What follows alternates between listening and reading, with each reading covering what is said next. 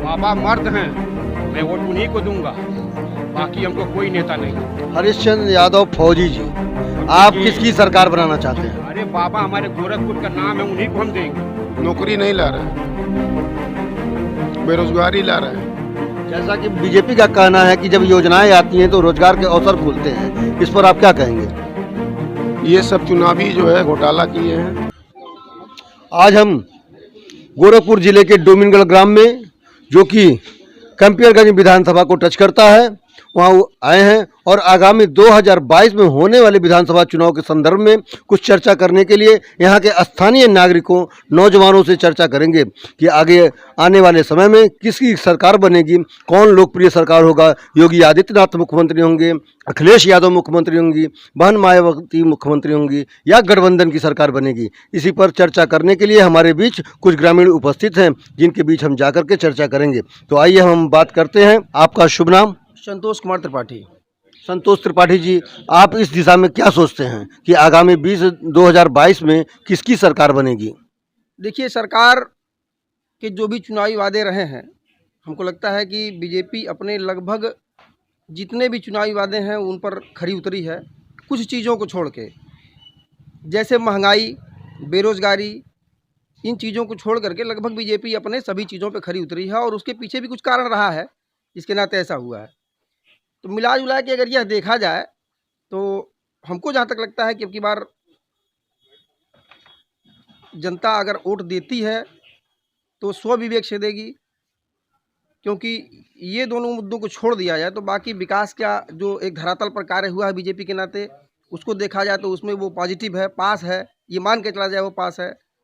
बाकी जो अंतर्राष्ट्रीय मुद्दे हैं या हमारे अपने राज्य के जो भी मुद्दे रहे हैं, जिस पर जैसे एज इट इज एक प्राकृतिक आपदा आई कोरोना, तो कोरोना जैसे एक महामारी को कंट्रोल में, नियंत्रण में करना, जहां की हमारे उत्तर प्रदेश की आबादी सबसे ज़्यादा है लगभग सभी प्रदेशों से, तो उसको नियंत्रण में करना ये एक बहुत बड़ी एक बड़ा चैलेंज था जिसको सरकार ने किया है। तो बाकी और मुद्दों पे तो मैं इससे संतुष्ट हूँ, लेकिन अब इन दो मुद्दों को छोड़ करके, क्योंकि ये एक सबसे बड़ी चीज़ है, अगर महंगाई बढ़ती है और बेरोजगारी बढ़ती है तो इन दोनों चीज़ों से आम जनमानस प्रभावित होता है। तो जैसा कि लोगों का कहना है कि योगी सरकार ने वादा किया था कि भयमुक्त समाज की स्थापना करेंगे, क्या उस दिशा में आप क्या कहना चाहेंगे? नहीं, भयमुक्त तो अभी फिलहाल लगभग हमको लगता है कि जितने भी लोग हैं ये बिल्कुल अपराधी प्रवृत्ति के जो भी लोग थे, उन लोगों का तो कहीं पता नहीं है धरातल पे कि कहाँ है वो। तो इस पे तो सरकार पॉजिटिव ही है, सरकार पास है, इस पे मैं मानता हूँ। तो जहाँ तक विकास के मुद्दे रहे, तो विकास में किस किस मुद्दों को आप काउंट करते हैं? विकास के मुद्दे पे जो शैक्षणिक गतिविधियाँ हैं, जो शिक्षा है, उस पर सरकार का काफ़ी ध्यान रहा है, उस पर आगे बढ़ी भी है सरकार। बीच में कुछ चैलेंजिंग रहा, जैसे कोरोना या और कुछ आपदाएँ, जैसे बाढ़ भी एक प्राकृतिक आपदा, इसके नाते कुछ थोड़ा सा अवरुद्ध हुआ है मार्ग। और बाकी सड़कों का निर्माण, तो राष्ट्रीय राजमार्गों का निर्माण, तो इससे थोड़ा सा राष्ट्रीय राजमार्ग या सड़क जो भी हैं, चाहे गली कूचा का सड़क हो चाहे बहुत बड़ी सड़क हो, उससे एक आम जनमानस प्रभावित होता है। अगर ये अच्छी है सड़क तो विकास तो होगा ही निश्चित तौर पे।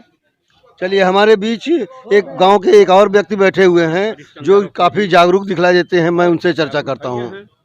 आपका शुभ नाम? हरीशचंद्र यादव फौजी। हरीशचंद्र यादव फौजी जी, आप किसकी सरकार बनाना चाहते हैं? अरे बाबा, हमारे गोरखपुर का नाम है, उन्हीं को हम देंगे। बाबा मर्द हैं, मैं वोट उन्हीं को दूंगा, बाकी हमको कोई नेता नहीं चाहिए। बाबा कुछ भी नहीं करेंगे, गोरखपुर का नाम करेंगे ना कि कोई मुख्यमंत्री गोरखपुर का है, बस। तो बाबा के कार्यों को आप कितना % नंबर देंगे? कुछ भी करें या न करें, हमको खुशी है, पसंद है, गोरखपुर का है तो कुछ भी न करें। हमारे बीच इसी गांव के कुछ नौजवान साथी हैं जो अपनी राय व्यक्त करेंगे। शुभ नाम? बिक्की शाह। बिक्की शाह जी, तो आप आगामी विधानसभा चुनाव में किसकी सरकार बनाएंगे? जो जनता की मदद करेगा उसकी सरकार बनाऊंगा। इस समय किसकी सरकार है? इस समय योगी आदित्यनाथ बीजेपी की सरकार है। तो क्या योगी आदित्यनाथ की सरकार से आप संतुष्ट हैं? पूर्ण रूप से नहीं हूँ। अभी उन्होंने मंदिर निर्माण कराया, जो काफ़ी बड़ा आंदोलन के रूप में हमारे बीच था, और एम्स का निर्माण कराया, सड़कों का जाल बिछाया और तमाम परियोजनाओं को गोरखपुर में ला करके प्रदेश से बड़ा बड़ा बजट लाया, उस संदर्भ में आप क्या कहेंगे? नौकरी नहीं ला रहे हैं, बेरोजगारी ला रहे हैं। जैसा कि बीजेपी का कहना है कि जब योजनाएं आती हैं तो रोजगार के अवसर खुलते हैं, इस पर आप क्या कहेंगे?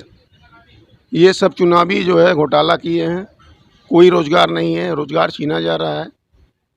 और ये सब जानती है, चाहे हमारी युवा हो, बुजुर्ग हो या महिलाएं हो, नौकरी हमारे अखिलेश सिंह यादव जी ने दिया और योगी आदित्यनाथ छीन रहे हैं।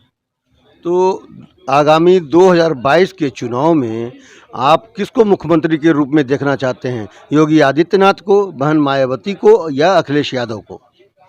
जो बेस्ट आदमी होगा, जैसे अखिलेश यादव जी हैं, अखिलेश यादव जी से बस मेरी एक रिक्वेस्ट है आपके चैनल के माध्यम से कि जैसे योगी आदित्यनाथ महाराज ने माफियाओं पे अंकुश लगाया है, इनकी सरकार बने तो ये भी उस पे पूर्ण रूप से अमल करें और बकिया इनके अंदर कोई कमी नहीं है। जी, इन्होंने बहुत अच्छा एक विषय उठाया विपक्ष के लिए, वो भी अखिलेश सरकार के लिए, कि अखिलेश सरकार में माफियाओं पर अंकुश नहीं लगता है और योगी सरकार में माफियाओं पर अंकुश लगा है। हमारे बीच विष्णु दुबे जी हैं, इसी गांव के रहने वाले हैं। कौन सा गांव आपका है? डोमिनगढ़ के। और विधानसभा कंपियरगंज पड़ता है और विधायक पड़ते हैं फतेह बहादुर जी। तो माननीय फतेह बहादुर जी के कार्यों से आप कितने संतुष्ट हैं? मैं माननीय मंत्री जी के कार्यों से संपूर्ण रूप से सहमत हूँ और संतुष्ट भी हूँ, क्योंकि हमारे वहाँ हमारे ग्राम सभा में माननीय महाराज जी भी थे, यहीं के सांसद थे। उनके कार्यकाल में पीपे का निर्माण था, पक्का पुल नहीं हो पाया, लेकिन मंत्री जी का कार्यकाल जैसे ही आया हमको पक्का पुल मिल गया। तो सरकार कोई भी हो, मंत्री जी के कार्य से तो हम लोग पूर्ण सहमत हैं। देखिए, योगी सरकार ने बार बार कहा है कि हमने विकास किया है, विकास करेंगे, विकास करते रहेंगे। तो आपने विकास की कड़ी में क्या क्या महत्वपूर्ण चीज़ें योगी सरकार में उपलब्धि के रूप में देखा? तो यहाँ तो हम लोग अपने वहाँ बिजली ही देख लीजिए, भाजपा सरकार में बिजली की सारी सुविधाएं हो गई हमारे वहाँ। जो बिजली हमें 16 घंटे मिलती थी और लगभग 24 घंटे मिल रही है। साधन में हमारे वहाँ परिवहन के साथ साथ रोड वाला भी हो गया है। हमारे वहाँ रास्ते की जितनी भी समस्याएं थी अब मंत्री जी के ही माध्यम से हो। सरकार में योजनाएं उन्हीं की थी, राज्य सरकार से ही निधि सबको मिलती है। तो सरकार थी, काम हुआ, रास्ते मिल गए हैं लगभग और काम चल ही रहा है। हमारे बीच धर्मवीर यादव जी हैं और मैं उनसे जानना चाहूँगा कि आगामी 2022 के विधानसभा चुनाव में किसकी सरकार बनाने के इच्छुक हैं? अखिलेश यादव। एम्स तो अखिलेश यादव के राज में हुआ था, ये तो योगी जी के समय में ये बन गया एम्स। तो क्या आप मानते हैं कि एम्स, फर्टिलाइजर व सड़कों का जाल अखिलेश सरकार की देन है? जी हाँ, ये सब अखिलेश यादव के राज में ही हुआ था, क्योंकि जब उनकी सरकार थी तब ये सब निर्माण हुआ था। लेकिन अब अपराधियों के पर नकेल कसने के संदर्भ में आप क्या कहेंगे? ये तो हम कहेंगे बहुत अच्छा ही काम किया है अपराधियों के लिए, क्योंकि यही 22 में अखिलेश की सरकार जब बने तो भी यही अमल करें, ताकि ऐसे गुंडई गर्दी जो बहन बेटी घर से बाहर निकलते हैं, छेड़खानी उड़खानी होता है, ताकि वो सब सुरक्षित रहें। तो अभी आपने देखा कि हम लोग जो है कंपियरगंज विधानसभा के अंतिम पड़ाव, जो कि डोमिनगढ़ ग्राम सभा कहा जाता है, वहाँ पर चाय पर चर्चा लोग विधानसभा 2022 को लेकर किए और यहाँ के युवाओं और बुजुर्गों ने बड़ा ही बढ़ चढ़ करके हिस्सा लिया। और कुछ का मानना था कि योगी सरकार सकारात्मक रूप से विकास के पथ पर अग्रसर है और दोबारा आनी चाहिए।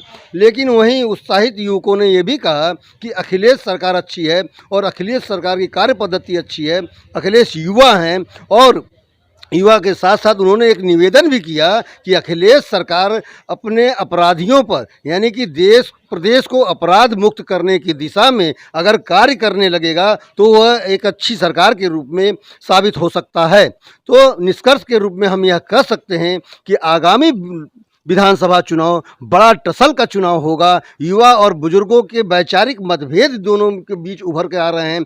कोई योगी आदित्यनाथ को अपना प्रतिनिधि के रूप में बनाना चाहता है तो कोई अखिलेश यादव के रूप में बनाना चाहता है, लेकिन किसी ने अभी तक मायावती जी का नाम नहीं लिया। इसका मतलब ये निकाला जा सकता है कि आगामी विधानसभा चुनाव 2022 की जो सरगर्मियां तेज रहेंगी वह इन दो नेताओं के बीच धुरी बनकर के सामने आएंगी।